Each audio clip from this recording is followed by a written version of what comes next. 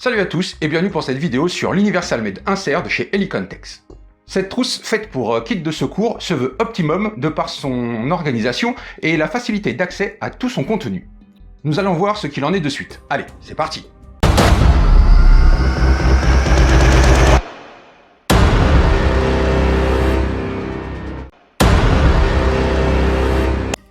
Cette pochette a longtemps existé qu'en nylon et de couleur rouge. Depuis peu, elle est également produite en polyester et de couleur noire, marron, vert ou rouge. Quelle que soit sa version, les mesures sont les mêmes et pour la pochette en configuration fermée, nous avons 18 cm par 11 par 3,5 pour un poids de 140 g. Si on fait le choix de la prendre en rouge, la couleur vive facilitera la localisation de la pochette dans un sac à dos, surtout si on la recherche en état de stress. Il en va de même avec la croix de vie en matière réfléchissante lors d'une recherche en faible luminosité. Cette pochette est dotée de 2 poignées recouvertes de caoutchouc, permettant ainsi de la saisir facilement et rapidement d'un sac à dos ou de la poche d'un sac. Il faut savoir que l'on peut également acheter l'Universal Med Insert directement avec une pochette de type banane pour l'accueillir.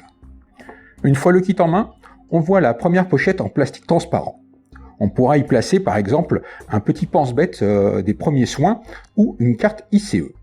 Pour rappel, la carte ICE ou ECU en français pour en cas d'urgence est une carte sur laquelle sont enregistrées les données importantes vous concernant en cas d'accident. Nom, prénom, personne à contacter, traitement en cours ou encore potentielles allergies.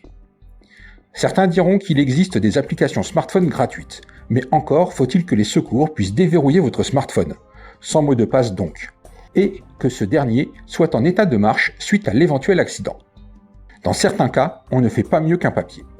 La pochette s'ouvre facilement grâce aux languettes placées à cet effet et que l'on retrouve sur les différents panneaux qui sont scratchés. Le premier panneau comporte une petite poche en mèche idéale pour y placer une paire de gants. Je les place ici car la première règle pour les premiers secours est la protection de l'intervenant. En dépliant le deuxième panneau qui comporte 2 poches mèches, cela donne accès à un rangement pour une paire de ciseaux, idéalement de type Gesco, qu'une languette permet de sécuriser. Les 2 pochettes ont leur ouverture qui se font face, ce qui m'a semblé intuitif à la manipulation.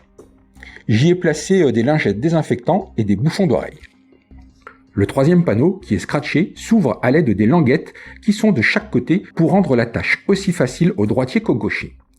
Une fois déplié, on a une poche mèche qui fait toute la longueur du panneau.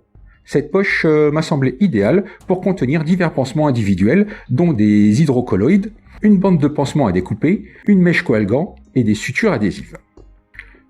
Le quatrième et cinquième panneaux, qui sont de tailles différentes, offrent chacun 2 poches mèches superposées. Dans la poche du fond du plus grand panneau, j'ai rangé une écharpe triangulaire et dans la poche du dessus, des compresses. Le petit panneau contient un tire-tic, un coupe-ongle, une lime à ongles, une pince à épiler, un mini-baume du tigre et un sachet pour récupérer mes déchets répartis entre les 2 poches. Une fois tous les panneaux dépliés, nous avons accès au fond de la pochette qui comporte 3 rangs de passants élastiques de diverses tailles pour organiser et sécuriser le matériel rangé dedans. J'y ai rangé un tube de gel hydroalcoolique, des unidoses de sérum physiologique et de solutions antibactériennes, un stick d'arnica, un autre de baume à lèvres, un bandage, du sparadrap et des épingles de sûreté. Enfin, il y a une ouverture à l'arrière permettant de retirer au besoin une fine plaque de plastique servant à rigidifier la pochette. On peut glisser dans cette ouverture une couverture de survie. Et pour terminer avec l'arrière de la pochette, il y a une plaque velcro permettant de la fixer sur tout dispositif ou canloop, très à la mode dans les sacs en ce moment, voire dans le coffre d'une voiture. Au final, que dire de cette Universal Med Insert? Cela fait maintenant environ 6 mois que je la teste en l'ayant dans mon sac en permanence et je l'ai trouvée plutôt pratique à chaque fois que j'ai eu à m'en servir. Je trouve qu'elle correspond parfaitement aux besoins d'une trousse de secours pour des petites randos ou sorties nature, de même que pour un EDC.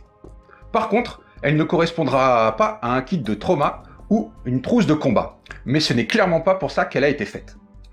Cette poche est vendue 21 € sur le site officiel de Helicontex dans la gamme Medic.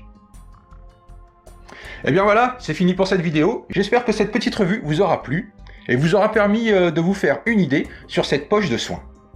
Comme d'habitude, n'hésitez pas à laisser un commentaire, à mettre un pouce bleu si la vidéo vous a plu et à vous abonner si ce n'est pas encore fait. N'hésitez pas à partager et à faire connaître la chaîne, car ce n'est que vous qui faites avancer les choses. Sur ce, je vous dis à plus pour une prochaine vidéo.